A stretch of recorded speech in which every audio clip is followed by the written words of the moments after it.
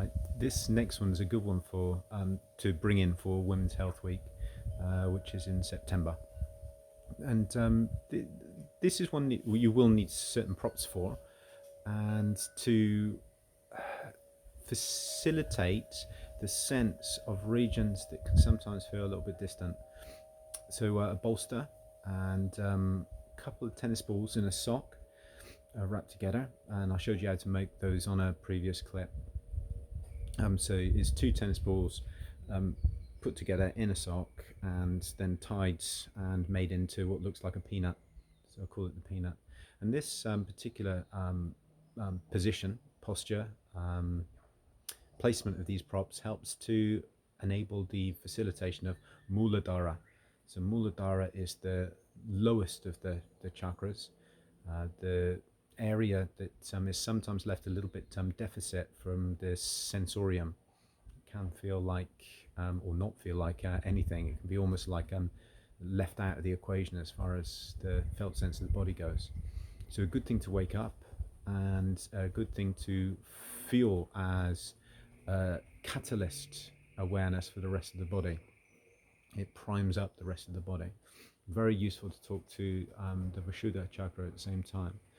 So this is the area around the throat, so the throat region, and we're specifically going to focus in around the gland of the thyroid. So all of these chakras I tend to associate with glands, ductless glands especially. Okay, let's show you the props. Here are the props just here. So we've got the bolster, and underneath the bolster is a peanut. So the peanut is, as I said, two tennis balls placed together in a sock. Actually, these are Indian cricket balls. The Indian cricket balls are the ones they sell in the shops quite regularly over there. Are quite like rubbery things, and they're even better than the tennis balls, really. So I tied the sock together just there with the tennis balls in, and then just flushly wrapped it over the top, like as a sheath over the top. And then we can place that underneath the bolster. Now, it stimulates Muladhara, so the pelvic floor region, so the perineum, in the same way that the princess would be able to feel the pea underneath the mattress. So it's the princess and the pea, or the princess and the peanut. How's that? So let's put the peanut underneath the bolster. Like so. And then we're going to sit directly over the peanut in the Vajrasana sort of position.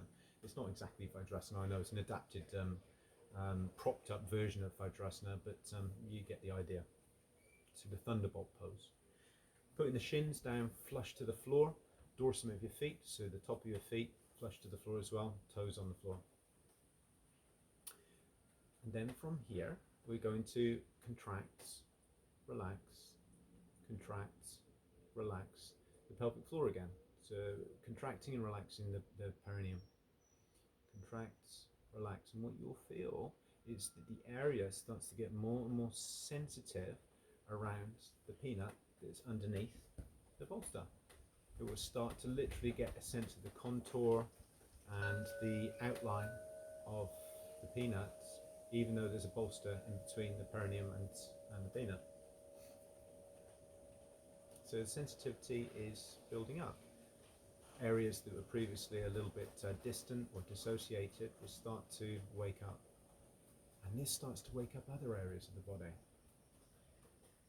In the craniosacral therapy understanding of things, there are various areas that are quite useful to listen to in order to get a better holistic felt sense of the body.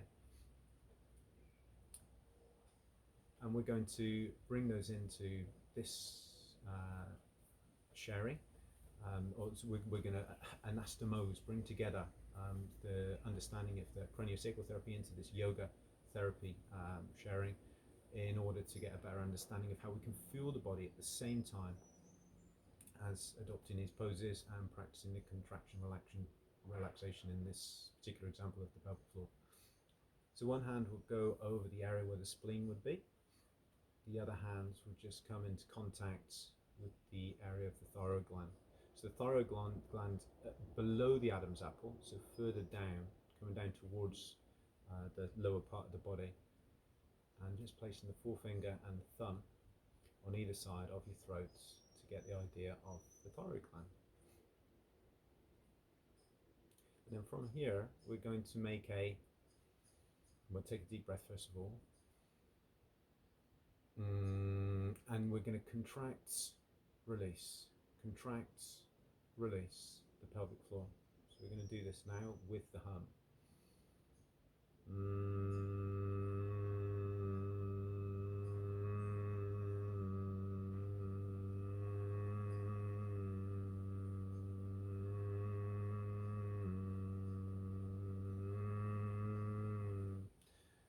Now, obviously, I'm intentfully bringing in a little bit of a constriction and opening of the laryngeal muscles in order to make that slight different noise, but there will be a slight different noise even with the contraction and relaxation of the pelvic floor, bringing in a sense of a connection between the two areas.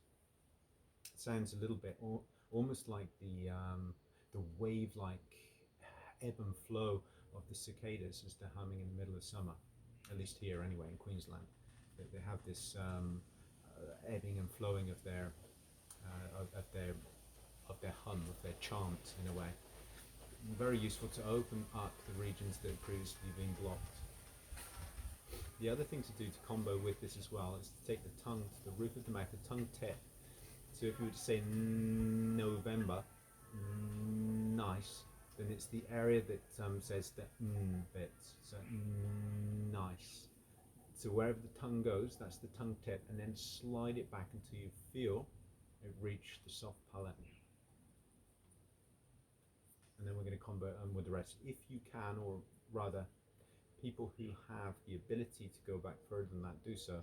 So with the Kachari Mudra, you're taking your tongue tip all the way past the uvula at the back, right the way up towards the Voma bone. But don't intently force that, because otherwise you will choke, or you will not be able to do it anyway, because the frenulum underneath the tongue won't allow you to do that. You can stretch the frenulum of the tongue, and some people in the past, and possibly even now, yogis would actually cut that area so they could actually do that particular mudra. I don't suggest you do that. You might want to stretch it, that's fine, but don't go cutting it, please. Okay, so let's bring them all together. So contract, release of the pelvic floor, perineum region especially, and then we're going to contact those areas. So one hand here, spleen region, other hand just here. So spleen isn't, it acts very much almost like it is a ductless gland. It has the function of renewing the red blood cells and also the white blood cells as well. But it has a glandular sort of feel to it. And obviously this is a gland up here. This is a ductless gland, which is the thyroid gland. Okay, so taking the tongue back.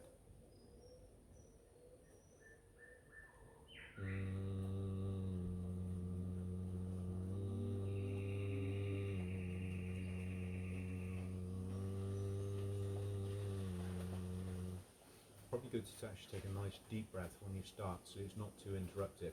I'm going to do it about 3, 4, possibly even 5 times.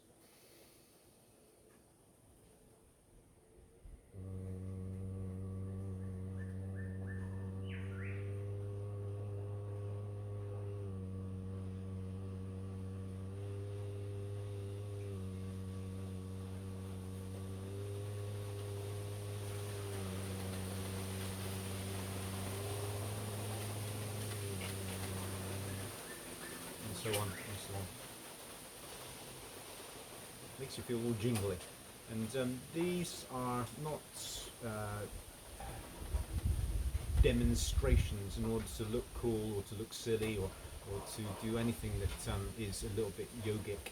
They're actually very practical, felt sense excuses to get back in contact the areas of the body which are very often absent as far as the being able to sense them goes. And that makes a massive difference from being able to operate in the world as a fully integrated human being, a felt sense human being. There you go, that's it. Good to have a nice sturdy bolster for this one. One that isn't so flimsy that you're just crumpling down to the floor in this position, so you can maintain this position for some period of time. And also one that is not so thick that you can't feel the peanut underneath. After a while, you might want to replace the peanut for a golf ball, because after a while you will start to sense even a golf ball underneath. And then after a period of time, you want to might want to swap it for a marble. And then after a period of time, you won't need to put anything underneath there, because you'll have the sense of your perineum being able to contract and release without any trouble whatsoever, because you'll be able to feel the air. In fact, you won't even need to contract and release it. It would just be a vibrational entity of your sensorium in and of itself.